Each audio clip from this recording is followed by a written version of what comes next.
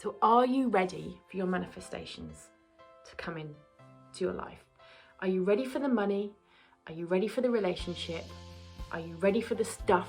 Are you ready for the big house? Are you ready for the new job? Whatever. So you've written your list of positive aspects. You've got clear about what it is that you want to manifest. You know what your desires are and you're still waiting for them. Nothing's happening. If that's you, then you're going to want to watch this video. So this video is called, Are You Even Ready? So are you ready to receive your desires? Now, I've talked about this in little short videos I've done before, but this is really, really important. And I've noticed in my manifestation journey, which has been going on now for since 2009, so what's that, 14 years, that actually the universe only sends you what you're ready for.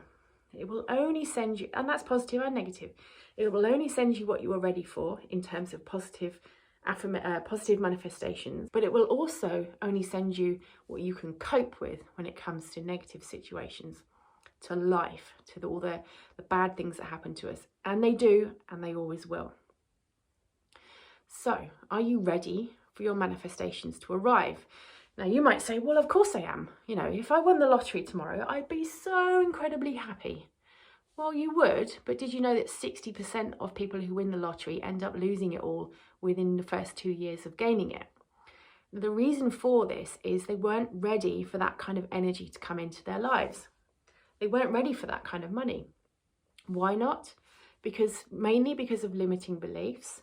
So if you, let's say for example, let's take an extreme example. Let's say that tomorrow you won $100 million, pounds, euros, whatever on the lottery. It's a lot of money. You're never going to have to work again. How would you feel about it? Now, your initial reaction might be, I'd feel great. But would you be worried about what your family thinks? Would you be worried about gold-digging friends who are not really friends? They're just there for the money.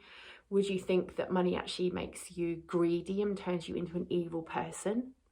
Do you have any kind of limiting beliefs about money? Do you think maybe that you don't deserve that amount of money? You haven't done anything in life to deserve $100 million.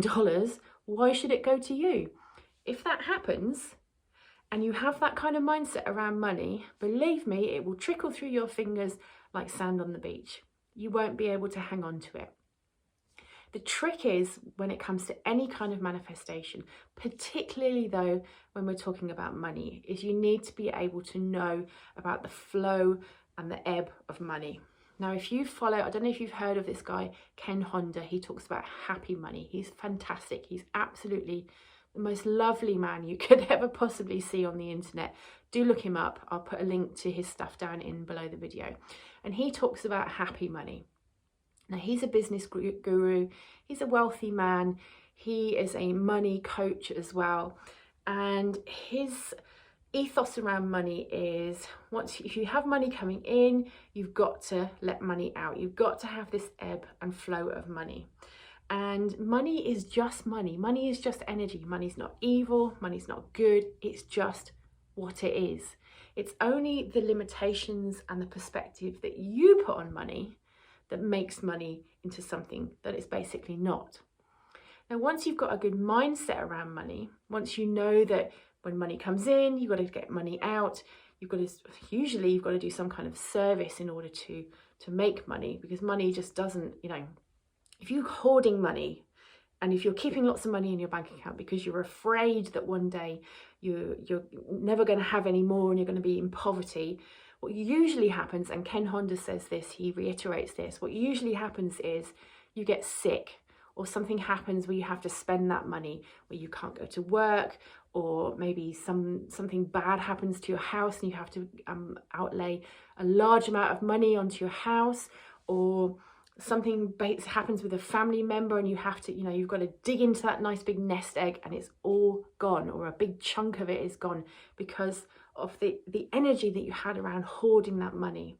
Or if you're anything like actually my other half, you're one of those people who just spends it on other people because it makes you feel happier to actually have nothing, because the thought that you have nothing left means that either you've got new things, new toys to play with, or you've made somebody else happy with your money. Now that's also a negative perspective to have, and I try to explain this to him quite often, but he's not having it. That it needs to be an ebb and a flow and a balance, and actually his monetary situation has gotten much better since knowing me. So you've got to have this ebb and flow. You've got to be ready for your manifestations to come. Now, sticking to the theme of money, because that is basically the one thing that most people get really, really hung up on. We'll go to relationships in a second.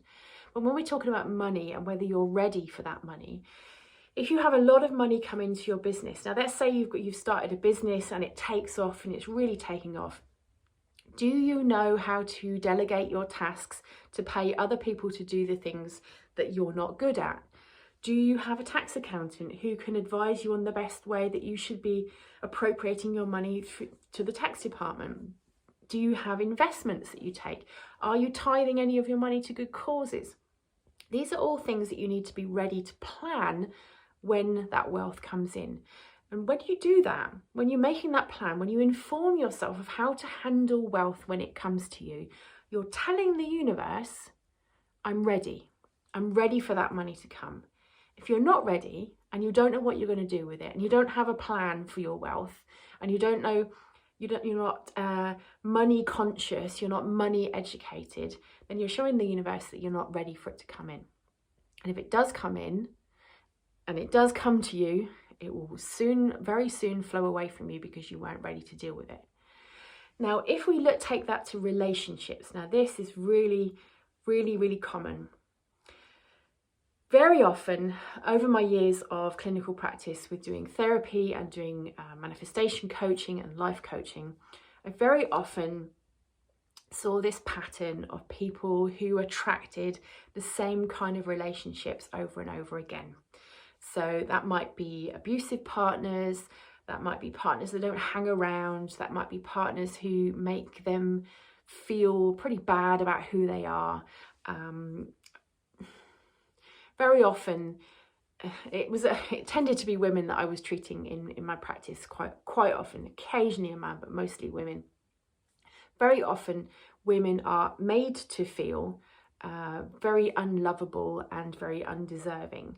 And I say made to feel because it's always a choice on how we want to feel about something. Now, people hate it when I say that. People will go, no, it's not a choice. It's just an emotional reaction. It's always a choice on how you choose to react to something, on how you choose to feel when somebody says something to you. The problem here again is those inner limiting beliefs in the subconscious mind that we haven't really got hold of. In relationships, for example, very often if someone grows up basically believing that they're not worthy of love and affection, if they're not worthy of the respect and the love that someone else is going to offer them, is going to come into their lives, if they don't feel worthy and deserving of that, what usually happens is they attract a partner, or they choose a partner who reflects that feeling. They'll choose someone, or they'll find someone who basically makes them feel unworthy, who says nasty things to them, who doesn't respect them, who doesn't respect their opinions, who makes them feel stupid. Ask me how I know. I've been in a relationship like that, and it was the reflection of how I felt about myself that attracted that partner to me, not that person actually believing those things. It was a reflection of my own inner limiting beliefs, which I conquered through neuroplasticity. I'll put a link to a video underneath when we talk about neuroplasticity. So it's by being ready for the perfect relationship, by feeling lovable, by feeling worthy and deserving, by feeling as though you respect yourself, by feeling as though you respect your intelligence and your common sense and your body and your mind. It's by preparing yourself in that way, with having that lovability inside yourself first, that you then tell the universe you're ready for that perfect partner to come along and match that energy. It's all about energy matching. Like attracts like. If you feel undeserving, unlovable, unworthy of love, then that's what you're going to be attracting into your life. It's as simple as that. So are you ready for your manifestations to come in to your life? Are you ready for the money? Are you ready for the relationship? Are you ready for the stuff? Are you ready for the big house? Are you ready for the new job? Whatever it is that you want to manifest, put yourself in a situation of being ready for it to come, and it will start to come. It will come. You will see the opportunities. You will open up those blinkers so that your subconscious mind can see all the action steps that it needs to take you towards that manifestation. Because remember, it does take action steps. It takes inspired action steps. And you're going to bring those manifestations to you.